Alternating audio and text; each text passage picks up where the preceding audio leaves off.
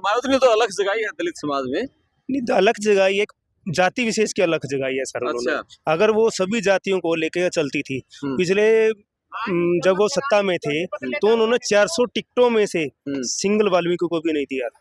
मेरी समाज के कुछ नेताओं से बात हुई, उन्होंने ये कहा कि जो SC को 10% है उसका भी सारा बेनिफिट वाल्मीकि और धारण समाज के लोग ले जाएंगे, बाकी जो जातियां वो भी इस तरह मतलब वंचित रह जाएंगी। समस्त DSC समाज ने 14.5% वोट है हमारी 22.5 में से, टोटल 22.5 SC की वोट है, उनमें 14.5% वोट एक मतलब पार्टी विशेष को बीजेपी को गई और इस कारण बीजेपी सत्ता में आई। और मुख्यमंत्री साहब ने CM आवास पे संत कबीर कुटीर जी में भी माना कि हमारी जो पैरों में जान है आप लोगों के कारण आई है। मेरे साथ हैं DSC समाज के लोग और हरियाणा सरकार ने SC आरक्षण में जो 20% आरक्षण है उसका वर्गीकरण किया है।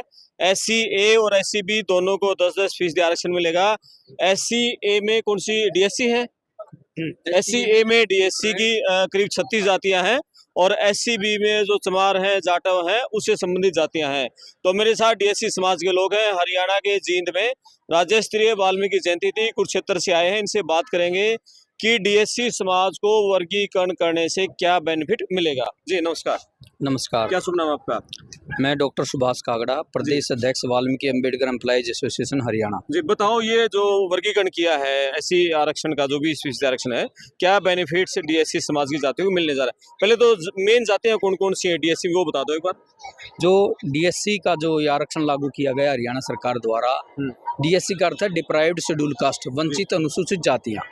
ये वंचित अनुसूचित जाति कोई नया वर्ग नहीं बनाया सरकार ने।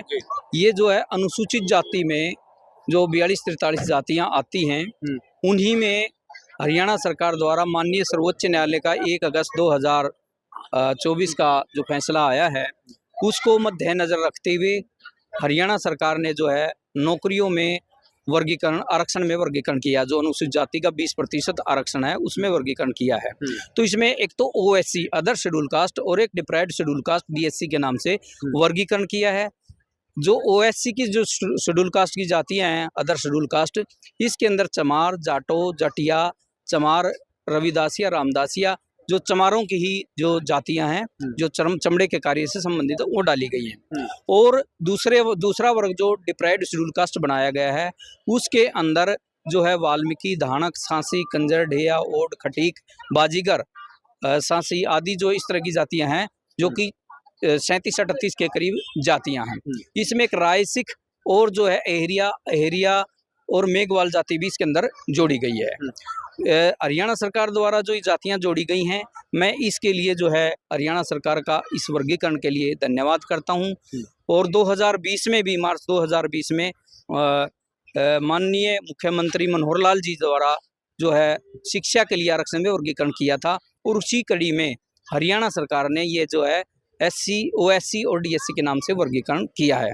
हम इस बात के लिए माननीय मुख्यमंत्री जो है नायब सिंह सैनी जी का और हमारे नेता जो है सामाजिक न्याय मंत्री, कैबिनेट मंत्री श्री कृष्ण बेदी जी का और तमाम जो है DSC नेताओं का मैं इस बात के लिए इस संगठन की तरफ से, समस्त DSC समाज की तरफ से धन्यवाद करता हूं और आभार प्रकट करता हूं। जी, कितना बेनिफिट्स नौकरियों मिलेगा, कितना नुकसान हो रहा था इस एकीकरण होने से? देखिए, जो इसका जो आधारशिला, इस जो वर्गीकरण की आधारशिला SC और SC के नाम से तत्कालीन मुख्यमंत्री 1994 में जो है तत्कालीन मुख्यमंत्री भजन लाल जी थे, उन्होंने इस आरक्षण का वर्गीकरण की जो है नींव 1994 में रखी थी।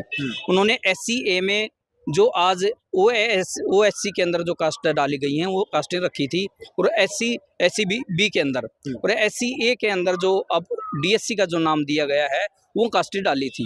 उस टाइम जो 20% आरक्षण था उसका 10% आधा आरक्षण जो है SC और SC के लिए निर्धारित किया गया था। 1994 ये 2005 तक लागू रहा और EV चनैये का एक आंध्र प्रदेश के मामले में सुप्रीम कोर्ट का फैसला आया था।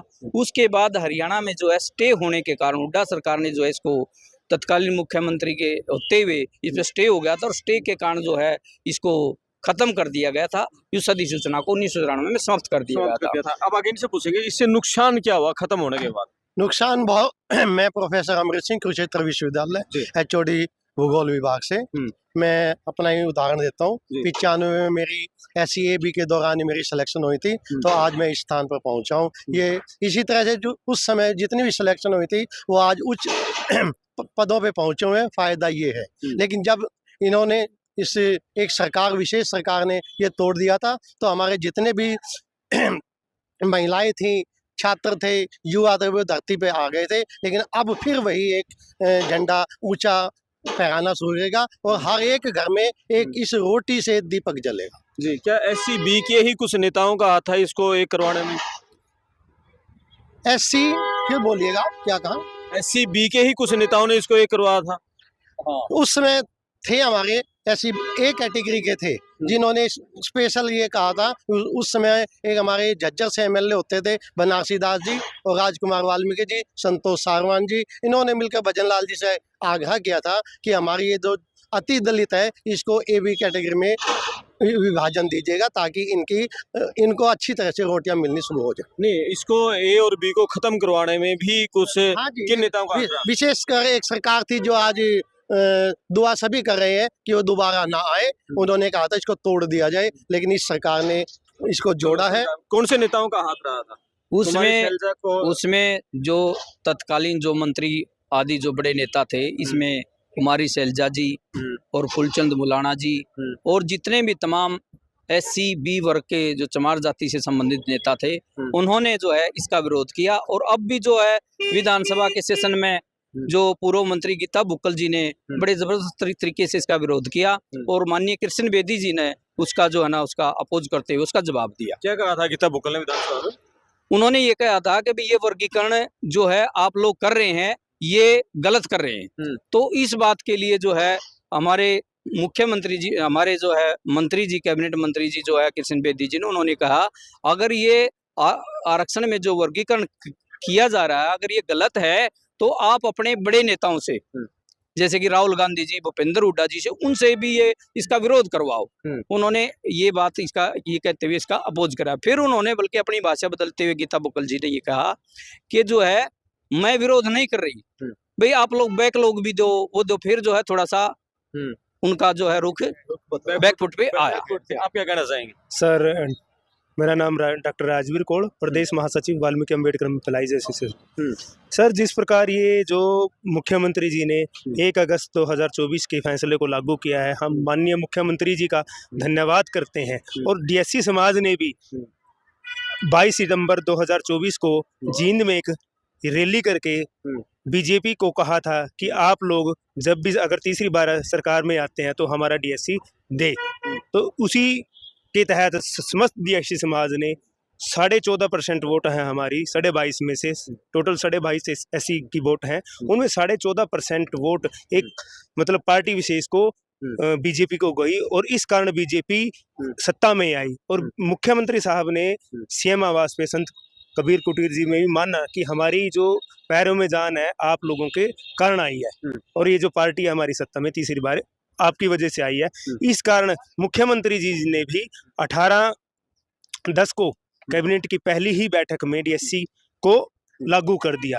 थोड़ा सा मैं माननीय मुख्यमंत्री जी से अनुरोध करना चाहता हूं, जो नोटिफिकेशन है जो उन्होंने 13/11 को लागू किया है उसको बैकडेट से 18/10 से ही लागू किया जाए, क्योंकि जो कैबिनेट की बैठक हुई थी और उसके बाद उन्होंने प्रेस कॉन्फ्रेंस में कहा था कि हम माननीय उच्चतम न्यायालय के फैसले का सम्मान करते हुए इस फैसले को, जो वर्गीकरण के नौकरियों में फैसले को आज से ही लागू कर रहे हैं। इस बारे हमने पत्राचार मुख्यमंत्री जी को किया हुआ है, वो जल्द ही हमारी बातों पे गौर करेंगे।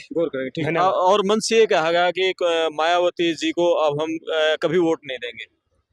जी, ऐसा तो कहा गया है जी। हम तो माननीय सर्वोच्च न्यायालय के निर्णय का स्वागत करते हैं और माननीय मुख्यमंत्री जी श्री नायब सिंह सैनी जी का कोटि कोटि धन्यवाद करते हैं जिन्होंने SC आरक्षण का वर्गीकरण करके हमारा भला किया है। ठीक है। यहाँ कुछ साधु थे और वो मायावती के बारे में कुछ कह रहे थे। हाँ जी, कहा था उन्होंने अपने विचार खुल के रखे, लोगों ने समर्थन क्या कहा मायावती के बारे में उन्होंने? कि आगे से सावधान हो जाओ। सावधान हो जाओ है। क्या मानते हैं कि मायावती ने तो अलग जगाई है दलित समाज में? नहीं, तो अलग जगह एक जाति विशेष की अलग जगाई है सर उन्होंने। अच्छा। अगर वो सभी जातियों को लेकर चलती थी, पिछले जब वो सत्ता में थे तो उन्होंने 400 टिकटों में से सिंगल वाल्मीकि को भी नहीं दिया था। ओके। तो इतनी मतलब एक जाति विशेष की पार्टी है वो, इस कारण है ना, तो हरियाणा में विरोध रहा है उसका। यानी तो कि हम बीएसपी सिर्फ समाज जाति की पार्टी मान जी रहे जी जी जी हैं। इसमें जो आप कह रहे हैं कि विरोध करने का जो मायावती का एक विशेष कारण ये भी है, जैसे ही 1 अगस्त 2024 को माननीय सर्वोच्च न्यायालय का वर्गीकरण को सही ठहराने का फैसला आता है, उसी टाइम मायावती जो बसपा सुप्रीमो है एक बयान देती है कि जो है ये वर्गीकरण गलत है, ये समाज को फाड़ने के लिए किया गया। मायावती का खासकर बीएसपी पार्टी का एक नारा रहा है, जिसकी जितनी हिस्सेदारी उसकी उतनी भागीदारी। अब उनका ये नारे पे तो वो अमल करते हुए नजर नहीं आते। वे जिसकी जितनी जनसंख्या भारी, हमारी डीएससी की जो जनसंख्या है हरियाणा में 35 लाख के करीब है, और चमार समाज की, और चमार समाज की जो है इनकी 24 लाख के करीब है।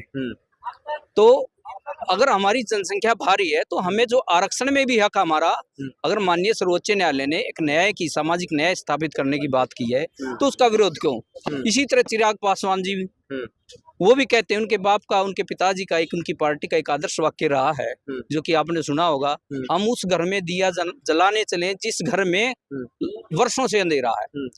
तो अगर अंधेरे की बात की जाए, अगर दलित समाज में अंधेरा, तो वंचित जो दलित समाज है, जो सफाई कर्मी है, जो गटर में सफाई करता है, जो छोटे से छोटे जो ग्राउंड पे जो काम करता है, उसको ये दलित नहीं मानते, अति दलित नहीं मानते। उन घर में जब दीपक जलने की बात आई है तो चिराग पासवान जी विरोध करते हैं। जो तथाकथित दलित नेता हैं, तथाकथित अम्बेडकरवादी चेहरे, जिनको दलित समाज का बुद्धिजीवी वर्ग अपने आदर्श मानता था, वो लोग जो है आज उनका नकाब जो है चेहरे से हट चुका है। वो दलित नहीं, केवल राजनीति विशेष और समाज विशेष के लिए पार्टी काम करते हैं। मेरी चमार समाज के कुछ नेताओं से बात हुई, उन्होंने ये कहा कि जो SC को 10% है उसका भी सारा बेनिफिट वाल्मीकि और धारण समाज के लोग ले जाएंगे, बाकी जो जातियां वो भी इस तरह मतलब वंचित रह जाएंगी। वो लोग ऐसा बहुत गलत बोल रहे हैं, ऐसा कुछ नहीं है। तो इसमें जो डीएससी समाज में है तो 36 बिरादरी हैं, तो उसमें जो लोग अच्छा पढ़ेंगे या फिर उनकी संख्या के आधार पे जो उनका लाभ मिलेगा वो प्राप्त करेंगे। प्राप्त होगा। क्या आप क्या कहोगे इसकी, जो ये कह रहे हैं कि 10% भी वाल्मीकि या धारण की फायदा उठा लेंगे इसका? नहीं, ऐसा नहीं है। मैं एक शिक्षक होने के नाते अपने एडमिशन में भी देखता हूँ, बहुत छोटी पीछे जो बिल्कुल लास्ट पायदान पे वो बहुत अच्छे बच्चे पढ़ के आ रहे हैं, वो नौकरियां ले जाएंगे, अच्छी क्लास 1 ले जाएंगे, अच्छे शिक्षक बने, प्रोफेसर बनेंगे। ऐसा नहीं है जैसे कि आप सोच रहे हैं। ठीक है सर, डीएससी जो पहले सरकार ने 2020 में मार्च 2020 में ये शिक्षा में लागू किया था, और उस शिक्षा का ये फायदा है शिक्षा में लागू करने का, डूम समाज का मैं बताता हूँ आपको। करनाल के पास एक मुणक गांव, तो वहाँ डूम समाज व्यक्ति हैं, वो बताते हैं कि हमारा 1947 के बाद MBBS में पहला एडमिशन आया। ऐसी बात नहीं है कि ओनली डीएससी का फायदा सिर्फ वाल्मीकि धानक ले जाएगा। डीएससी की जो सभी जाति हैं, डेया, डूम, बाजीगर, सीकलीगर, ये सभी फायदा लेंगे। ठीक है। अच्छा, ये तो हरियाणा में जो चुनाव हुए हैं विधानसभा के, इसमें डीएससी समाज की कितनी बड़ी भूमिका है? बहुत अच्छी भूमिका निभाई जी, तख्ता ही पलट के रख दिया उन्होंने। ये डीएससी समाज का रोल मानते हैं? बिल्कुल मानता है। हमारे नायब सैनी जी भी स्वीकारते हैं, अगर वंचित समाज ना देता है तो हमारी हवा ही बदल जाती है। जी, चलो बहुत बढ़िया। आप भी कुछ कहोगे? पूछो क्वेश्चन। ये जो क्या बेनिफिट इससे हुआ है? बहुत बेनिफिट हुआ है जी, हमारे डीएससी समाज के लोगों को प्रतिनिधित्व करने का मौका मिला है इसकी वजह से, यानी कि नौकरियों में बेनिफिट मिलेगा। चलो बहुत बढ़िया। और ये डीएससी समाज के लोग हैं, जींद में राज्य स्तरीय वाल्मीकि जयंती में आए हुए हैं और कुरुक्षेत्र से आए हैं। इन्होंने कहा है कि जो वर्गीकरण हुआ है उससे निश्चित रूप से जो डीएससी समाज की 36 जातियां हैं उनको बेनिफिट मिलेगा। और एक उदाहरण दिया कि डूम समाज के एक युवक का MBBS में पहली बार एडमिशन हुआ आज़ादी के बाद। तो निश्चित रूप से जो दबा कुचला, जो अभी तक जो नौकरियों से वंचित था, उस समाज को अब नौकरियों में भागीदारी, हिस्सेदारी होगी। और जो समानता है समाज में वो आएगी। आप वीडियो को शेयर करना, चैनल को सब्सक्राइब करना, अपने कमेंट्स जरूर लिखना। हरियाणा सरकार जिंदाबाद जिंदाबाद जिंदाबाद, मुख्यमंत्री जिंदाबाद जिंदाबाद जिंदाबाद। हरियाणा सरकार के इस फैसले से डीएससी समाज को कितना बेनिफिट, आप कमेंट्स करके बताएं। मैं आपका दोस्त करमपाल, धन्यवाद।